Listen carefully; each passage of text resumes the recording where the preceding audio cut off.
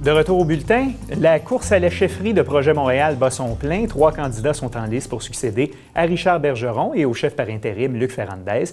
Et parmi les candidats qui ont officiellement déposé leur bulletin de candidature, on retrouve le conseiller du district Marie-Victorin, Guillaume Lavoie. Guillaume Lavoie est titulaire d'une maîtrise en administration publique internationale de l'École nationale d'administration publique, d'un baccalauréat en relations industrielles et de certificat en administration et en droit de l'Université Laval. Il a fait carrière en relations internationales et en politique publique. Il a entre autres été chargé de cours à l'ENAP. Il est membre de la chaire Raoul Dandurand de l'UQAM et fondateur de Mission Leadership Québec, un organisme de réseautage pour de jeunes leaders québécois à l'international, et du Collège néoclassique qui offre des formations d'une journée inspirées des formations qu'offraient à l'époque les collèges classiques. Alors nous accueillons Guillaume Lavoie sur le plateau. Monsieur Lavoie, bonjour. Bonjour. Merci d'avoir accepté notre invitation. Ça fait plaisir. Qu'est-ce qui vous a incité à déposer votre candidature pour la chefferie de Projet Montréal? Bien, profonde passion pour Montréal, ça c'est clair. Puis à la fois, là, une certaine insatisfaction avec là où on est. Quand on regarde ce qui se passe ailleurs, qu'est-ce qui se passe à Toronto, à New York, à Vancouver, des villes près de nous, puis d'un certain calibre, à Boston, on réalise que Montréal est en retard. En retard sur quoi exactement? On n'avance pas aussi vite que les autres, par exemple. En mobilité, on n'est pas juste congestionné, on n'avance pas. En habitation, on n'est pas aussi inventif, on n'est pas aussi audacieux qu'on pourrait l'être. Si vous prenez par exemple le dossier du développement économique, on laisse énormément de potentiel dormir. Alors les autres villes avancent très vite, puis nous, mais quand on n'avance pas très vite, on recule. Alors il y a une insatisfaction de voir un si beau potentiel pas être réalisé. Et je me dis, bien là, il va falloir qu'il y ait des gens dédiés, sérieux, engagés, rigoureux, qui disent, mais moi, je vais y aller. Et donc, vous dressez un bilan, disons, négatif des premières années de l'administration Coderre? Oui, c'est pas... Puis je sais qu'il y a des gens qui vont dire, bien, regardez, là, imaginez où est-ce qu'on était. On a eu un maire qui a été arrêté, il y a eu des scandales de corruption. Donc, Michael Applebaum, on a eu Gérald Tremblay auparavant. Puis à la limite, c'est vrai qu'on n'est pas là. Mais si le standard d'évaluation, c'est on n'est pas aussi pire qu'on pourrait être, c'est pas très glorieux, ça, pour une administration, là. Ça devrait être comment ça se fait que les autres sont capables d'avancer. Puis nous, on improvise nos règlements, on fait rire de nous devant les tribunaux, on est en train de... Là, vous faites référence, entre autres, au règlement sur les pitbulls. Bien, pas juste celui-là, celui sur les pitbulls, celui sur les calèches, celui sur l'ouverture des bars à 6 heures, celui sur P6. À chaque fois, par un entêtement, une improvisation, puis on voit que tout ça est fait dans le bureau du maire, là, avec juste des conseillers politiques. L'administration publique est sortie de là.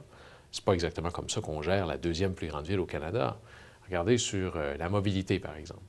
Qui est un des thèmes importants, je crois, de votre campagne. Oui, oui, absolument. Pas juste une mobilité physique, mais on va parler de mobilité sociale, de mobilité économique, mais sur la mobilité physique, là, se déplacer dans la ville. Vous savez, nous sommes la seule ville au monde. Peut-être qu'il y en a d'autres, mais je ne les connais pas. Puis pourtant, là, j'ai fait ma carrière dans l'international. On est la seule ville au monde qui est hostile aux innovations de mobilité, comme le véhicule en libre-service, comme une auto, Car2Go. Qui sont permis dans certains arrondissements, mais qui ne sont pas permis dans l'arrondissement Ville-Marie. C'est plus que ça, c'est pas juste interdit dans le très grand centre-ville et dans d'autres arrondissements. M. Coderre vient de décider que les permis pour que ces voitures-là puissent exister, on allait augmenter le prix de ces permis-là de 32 %. Alors imaginez que vous avez quelque chose qui est bon pour la mobilité, qui est apprécié par les Montréalais, et c'est comme une espèce de Ferrari, là, puis vous êtes, ça, on va le limiter à 60 km/h. Alors, ça ne fonctionne pas. C'est véritablement là, une vue hostile des innovations de mobilité, et on est à contre-courant. Alors, moi, je veux enlever tous les verrous pour permettre l'ensemble de ces innovations-là, puis le message, il devrait être bon pour tous les Montréalais, peu importe où ils sont sur l'île. Peu importe où vous êtes, puis peu importe où vous voulez aller, c'est la responsabilité de l'administration de la Ville de Montréal de vous offrir une option, à tout le moins, qui est plus vite, plus simple, moins cher. Alors ça, c'est véritablement le genre de mobilité moderne que l'on veut créer. Et ça me permet de faire le lien avec peut-être un des défis de Projet Montréal, qui est de sortir un peu des arrondissements traditionnels où on retrouve le gros de vos appuis depuis plusieurs années, les anciennes villes de banlieue. De quelle façon vous pensez être en mesure de convaincre les gens de ces anciennes villes de banlieue de donner leur appui à Projet Montréal? Parce que sans ça, vous ne serez pas en mesure d'accéder à la mairie. Absolument. Puis il est très clair que la vision que moi j'ai pour ma campagne, puis pour Projet Montréal, puis le genre de campagne qu'on va préparer pour novembre 2017, je ne veux pas gouverner un morceau de la ville. Je veux gouverner l'ensemble de la ville. Parce que vous soyez à Pointe-aux-Trembles, à Huntsic ou à Pierrefonds, il doit y avoir quelqu'un qui est capable de représenter l'ensemble de ces diversités-là. Qu'est-ce qui fait, selon vous, que Projet Montréal n'a pas encore réussi à percer dans ces anciennes villes de banlieue? Mais à date, il faut prendre compte que Projet Montréal, d'une élection à l'autre, fait des gains. Puis des gains importants, hein, de 1 élu en 2005 à 9 élus en 2009 à 25 élus en 2013. Alors, il n'y a pas beaucoup de partis qui ont un chiffre de progression comme ça. Et on n'est plus seulement sur le plateau, là. Regardez, moi, je suis élu dans Marie-Victorin. C'est l'est complet de Rosemont, là. Et ça ressemble, en termes de patrimoine bâti, beaucoup plus à Huntsic ou, à la limite, à certains coins de Rivière-des-Prairies qu'autour du métro Mont-Royal. On a des élus de Huntsic jusqu'à Ville-Marie, de Côte-des-Neiges-NDG jusqu'à vraiment loin dans l'est, dans Mercier-Hochelaga-Maisonneuve. Alors déjà, des nouvelles sensibilités commencent à émerger. Puis ça, c'est notre travail, puis c'est moi ce que je veux incarner. On va avoir une sensibilité renouvelée pour des gens qui ne se déplacent pas nécessairement en métro, ne sont pas toujours en train de se dire comment je vais faire pour faire du vélo aujourd'hui. On va avoir une politique d'ouverture, un discours pragmatique, moderne, ouvert, puis toujours, là, je dis toujours ça, une alternative qui va être à M. Coderre, crédible, rigoureuse, puis rassurante. Il n'y aura pas de solution mur à mur. Quel genre d'opposition, parce qu'avant de se rendre évidemment à l'élection, si vous êtes élu chef de Projet Montréal en décembre, vous allez siéger à l'Hôtel de Ville comme chef de l'opposition pendant quelques mois. Exactement. Quelle opposition voulez-vous offrir au maire Coderre? Mais d'abord, quelque chose qui est plus vigoureux, un peu ce qu'on a vu avec Luc Ferrandez, quelque chose de plus consensuel. D'abord, comme vous avez Richard raison de le Bergeron. dire, là, le plan, là, puis le plan, c'est de devenir, moi je me présente pour devenir chef de l'opposition officielle en décembre de cette année, dans le but de devenir maire en novembre 2017. Voilà le plan. Puis être l'opposition officielle, que vous soyez à Québec ou à Ottawa, c'est un peu un double rôle qui est difficile à balancer. D'abord, vous avez un rôle de fiduciaire auprès des Montréalais. Hein. Il faut que nous, au nom des Montréalais, on soit une opposition loyale à la Ville de Montréal. Et c'est notre travail de tenir l'administration Coderre sur ses talons en disant, ici, là, ce contrat-là, ça ne fonctionne pas. Ici, je m'excuse, mais vous ne pouvez pas donner un contrat sans appel d'offres à des gens qui sollicitent pour votre parti, ce qui arrive souvent d'ailleurs. Ou encore de dire, puis ça, je l'ai fait moi, c'était ma première bataille. Vous savez, le budget de la Ville de Montréal était présenté comme un budget d'un dépanneur. C'est un budget de 5 milliards. Alors, on a changé. C'est-à-dire, il manquait de détails. Il manquait d'informations. Vous savez, il y avait 2 colonnes. Le budget de l'an dernier, le budget de l'année prochaine. Mais un budget, c'est juste des intentions. C'est comme vos résolutions du premier de l'an. Ce qu'il faut savoir, c'est à la fin de l'année, ça a donné quoi? On va être très exigeant sur les contrats. Alors, les Montréalais vont découvrir une opposition avec des gens talentueux, mais avec une nouvelle, véritablement, direction, énormément de rigueur. Et toujours, au sommet, là, quand il y aura un doute puis il y a une décision à prendre, l'intérêt général. Beaucoup des décisions que prend M. Coderre dans la mobilité, c'est un classique. On voit le calcul politique derrière. Là. On voit que c'est l'agglutination de quelques petits groupes qui contribuent à sa campagne ou qui sont proches de lui. Ça, là, on va faire table rase de tout ça. Vous souhaitez gouverner pour l'ensemble des Montréalais? Pas juste gouverner pour l'ensemble des Montréalais, gouverner dans l'intérêt général des Montréalais et de la Ville, pas seulement aujourd'hui, mais sur les années qui viennent. Parce que ça, c'est une chose qu'on oublie souvent.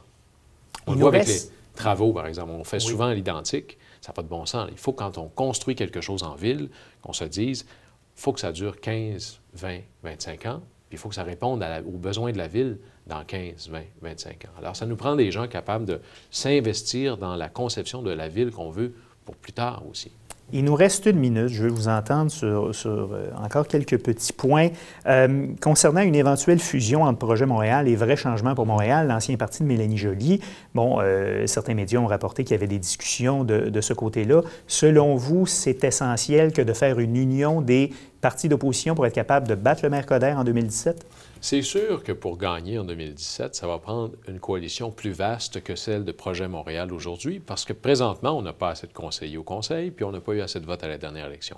Fait que c'est sûr que tout ça, là, il faut que l'alternative à Denis Coderre soit la plus large possible, la plus vaste possible, avec des pôles dans tous les arrondissements. D'ailleurs, quand moi j'ai déposé mes signatures, je voulais avoir des gens qui appuyaient ma candidature des 19 arrondissements. Vrai changement, ça va faire partie de la conversation, puis j'espère que ça va être encore plus large. Mais vous voyez que... Donc, vous feriez des approches aussi auprès de Coalition Montréal? Je vais vous le dire comme ça, d'où vous venez m'intéresse moins de où vous voulez aller. Et si vous êtes dans la chaîne de penser que Montréal peut faire mieux, bien là, on va avoir quelque chose qu'on peut travailler ensemble. On a eu plusieurs maires dans les dernières décennies, bon, des avocats, on a eu un agent d'immeuble avec Michael Applebaum. Vous êtes, et cela dit sans aucun aspect négatif, un intellectuel, quelqu'un qui réfléchit. Ouais. Est-ce que ce serait un plus pour la Ville que d'avoir quelqu'un qui a une vision peut-être plus large, avec un pas de recul sur les politiques publiques? D'abord, je vous dirais que ça m'amuse un peu parce que moi, je suis un gars de la campagne au départ. Hein. Moi, je peux conduire un tracteur, pas de problème. Là. Ce qui n'empêche rien que des gens de la campagne peuvent être des intellectuels. Exactement, mais j'ai pas été... Cette étiquette-là est arrivée beaucoup plus tard. Alors, ça m'amuse un peu parce que je me définis pas comme ça. Mais moi, vous savez, je pense que c'est une bonne chose que nos élus, qu'ils soient maires ou conseillers, lisent les choses avant de les voter, comprennent les contrats avant de les voter, comprennent les opérations de la Ville. Moi, si j'avais à confier mes taxes à quelqu'un, je me dis, s'il connaît ça, ça va peut-être être moins pire. Ouais, moi, je pense que ça va être mieux. Alors moi, quand je suis arrivé à la Ville, je n'étais pas un spécialiste des affaires urbaines. Je me suis investi à fond pour comprendre nos opérations, nos budgets, les flux financiers, les conventions collectives. Puis je m'attends à ça de toutes les personnes qui veulent travailler à la Ville de Montréal.